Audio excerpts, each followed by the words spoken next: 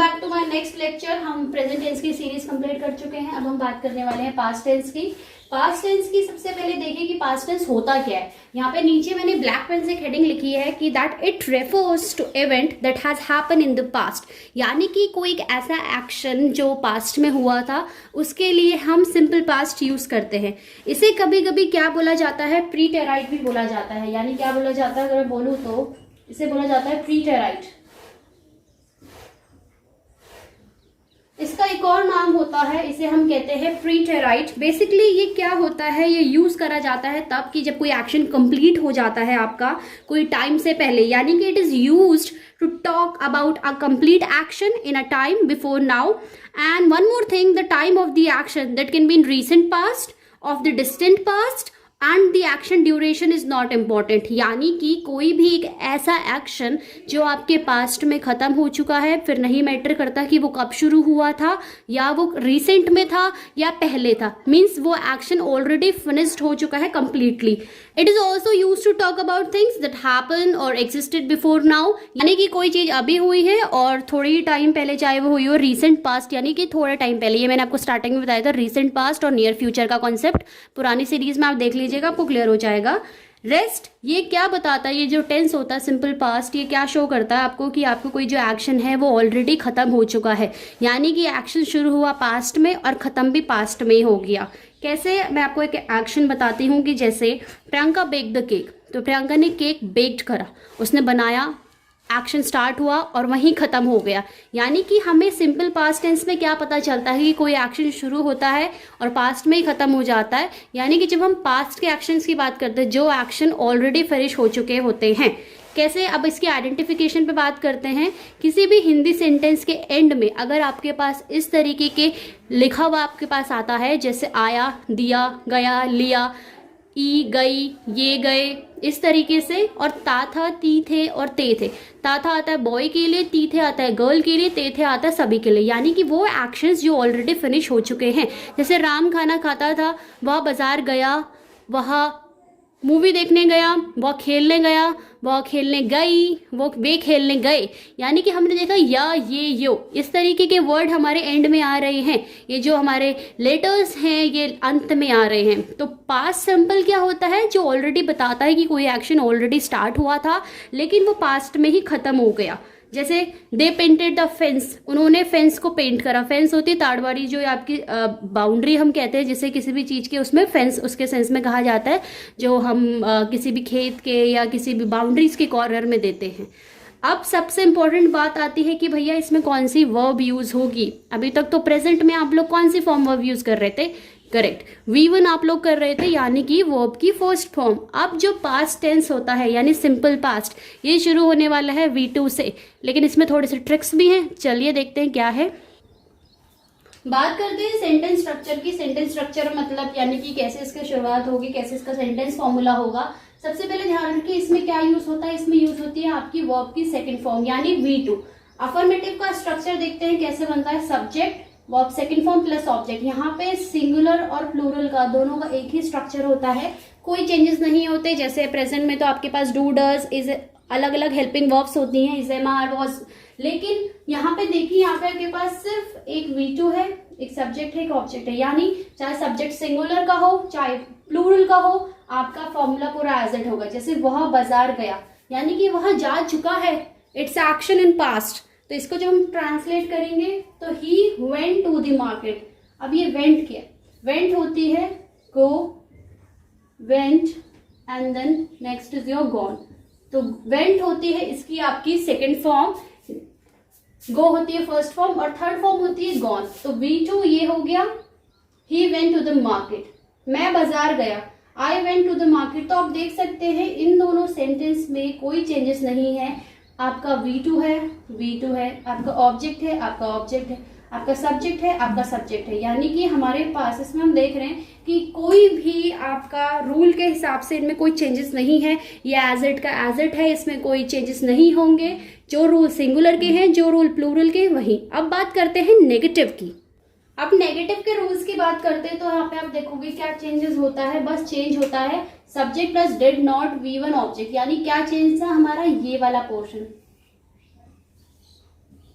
ये 3 वाला पोर्शन। पिछले में हमने क्या पढ़ा था, subject plus V2 plus object. लेकिन जब V2 चेंज होता है डिड लगने के बाद, तो उसमें हमेशा वर्ब की फर्स्ट फॉर्म आएगी, ध्यान रखना। Subject plus did not V1 object, तो क्या स्ट्रक्चर बन जाएगा, वह बाजार नहीं गया था। He did not go to the market। Did not को आप डिडंट भी लिख सकते हैं, डीड करके भी उसे बोला जाता है। Subject plus did plus not plus V1 change सबसे इंपॉर्टेंट है। जैसे किसी सेंटेंस में आपको डिड दिखता है, ध्यान रखिए उस सेंटेंस में वर्ब की सेकंड फॉर्म कभी यूज नहीं होगी, हमेशा फर्स्ट फॉर्म यूज होगी। सेकंड एग्जांपल देखिए, मैं कल स्कूल नहीं गया था। I did not go to the school yesterday, जो बीत चुका होता है उसके लिए हम कहते हैं, क्या कहते हैं, येस्टरडे। और आने वाले कल के लिए क्या कहते हैं, टुमारो। तो I did not go to the school yesterday, मैं कल स्कूल नहीं गया था। तो यहाँ पे हमने देखा सेंटेंसेस में कि हमारा क्या चेंज हुआ था, चेंज हुआ था डिड, उसके बाद नॉट नेगेटिव है तो ऑफकोर्स नॉट लगेगा, और क्या V2 किस में कन्वर्ट हो गया, V1 में। तो रूल के हिसाब से यही सिंगुलर के लिए, यही प्लूरल के लिए subject plus did not V1 plus object, जहां डिड आ रहा है वहीं आपका वर्ब की फर्स्ट फॉर्म आएगी। इंटैरोगेटिव देखते हैं।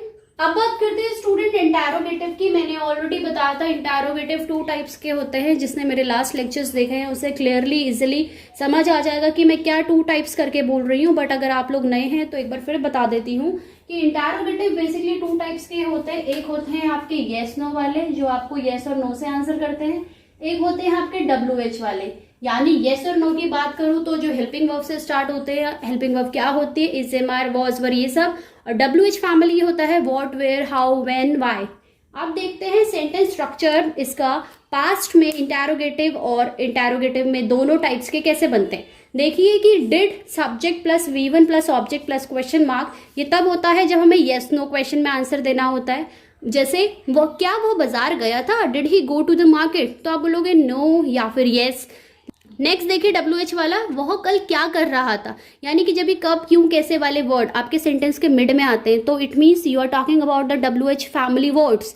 एंड जब स्टार्टिंग में आते हैं तो it means we are talking about the helping verbs.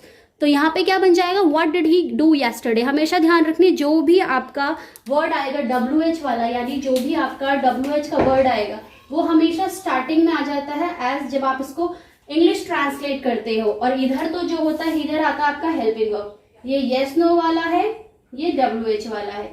ये होता है आपका rule, did plus subject plus V1 plus object plus question mark. Question mark must है इंटैरोगेटिव में, यानी प्रश्नवाचक। अब बात करते हैं नेगेटिव प्लस इंटैरोगेटिव की, वो इसी में थोड़े बहुत चेंजेस हो जाते हैं, देखते हैं क्या चेंजेस होते हैं। अब बात करते हैं इंटैरोगेटिव की, इसमें बस क्या चेंजेस होता है ये देखिए, इसमें सिर्फ नॉट लग जाता है दोनों जगह, बाकी पूरा रूल यानी जो एज अ रूल होता है वही रहता है। Did plus subject plus not plus V1 plus object plus question mark, same with the WH, same with the yes no. अब देखिए सेंटेंस, क्या वह बाजार नहीं गया था, डिड ही नॉट, यानी कि ऐड हुआ तो सिर्फ क्या ऐड हुआ, हमारा नॉट वर्ड ऐड हुआ। Did he not go to the market, subject के बाद नॉट, या डिडंट के साथ आप इसके साथ भी नॉट लगा सकते हो, didn't he go to the market, या फिर did he not go to the market.